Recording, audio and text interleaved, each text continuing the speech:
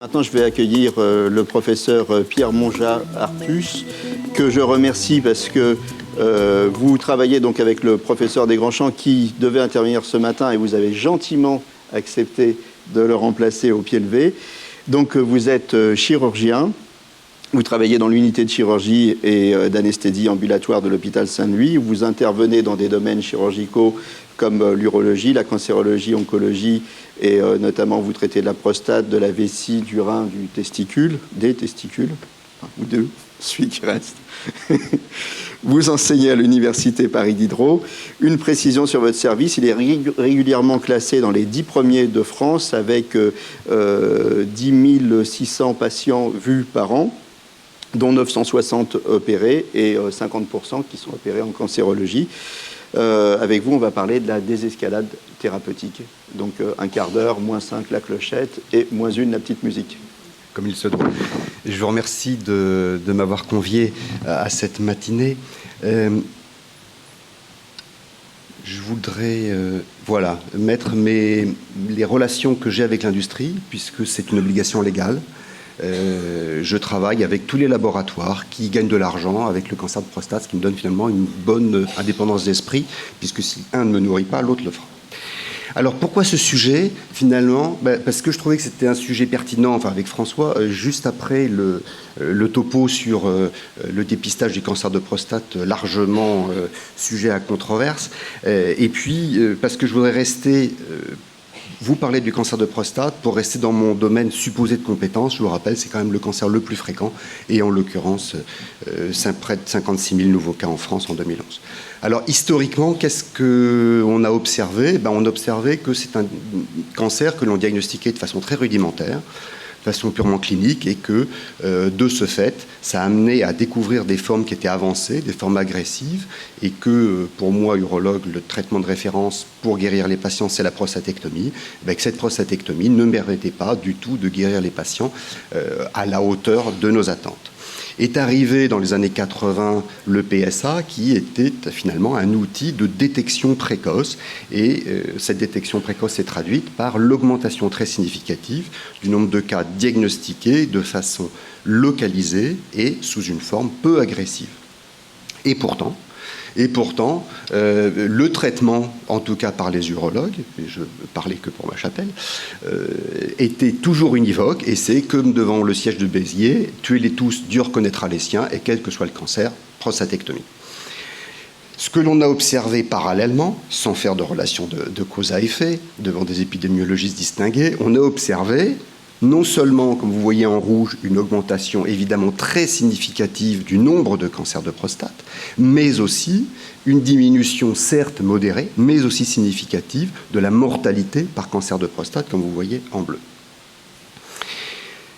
Là où le bas a blessé, c'est que le PSA a été utilisé de façon extrêmement large et manifestement peu raisonnée. Et ça a correspondu à pêcher à la traîne, avec son chalut, avec un filet à faible maille.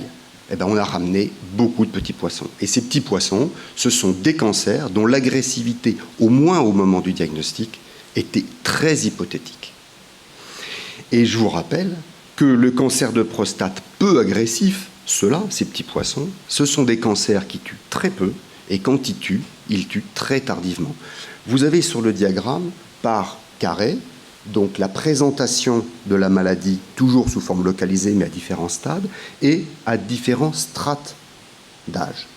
Eh bien, ce que vous voyez, c'est en blanc les patients qui survivent, en gris clair les patients qui décèdent d'une maladie autre que le cancer de prostate, et en gris foncé, ce que vous voyez très mal, c'est le pourcentage de patients qui décèdent du cancer de prostate. Et je crois que ce diagramme parle de lui-même. Pourtant, on a cette arme de la prostatectomie pour guérir ces patients-là.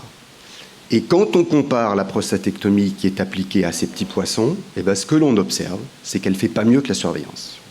Et ça a été encore confirmé il y a peu de temps. À 10 ans, prostatectomie ou surveillance, certes, dans le groupe de patients qui sont surveillés, on voit plus de progression, on voit plus de métastases, mais la mortalité tant globale que la mortalité par cancer est identique pour les patients surveillés, pour les patients opérés. Cela a bien sûr a fait émerger cette attitude dite de surveillance active. Donc ce n'est pas une simple observation passive des patients, c'est une attitude très documentée qui ne s'adresse là encore, et je voudrais vraiment qu'il n'y ait aucune ambiguïté, qu'à des cancers très bien identifiés qui ont des caractéristiques d'indolence. À ce moment-là, pour ces cancers peu agressifs, l'application d'un traitement agressif, la prostatectomie, a un bénéfice très incertain, mais une nocivité qui, elle, est tout à fait certaine. La surveillance pour les patients qui l'acceptent consiste à se soumettre à des examens multiples très régulièrement et à ne recevoir un traitement que s'y apparaît lors de ces examens un signe d'agressivité. Qu'est-ce que cela donne? Cela donne que plus de la moitié des patients restent surveillés au bout de 5 ans et que les patients qui ont nécessité un traitement curatif n'ont pas perdu de chance de guérison. Et ce que l'on a observé, alors à ce moment-là en termes de santé publique, c'est une diminution significative du nombre de prostatectomies. C'est le titre, la désescalade thérapeutique. Mais c'est une désescalade raisonnée.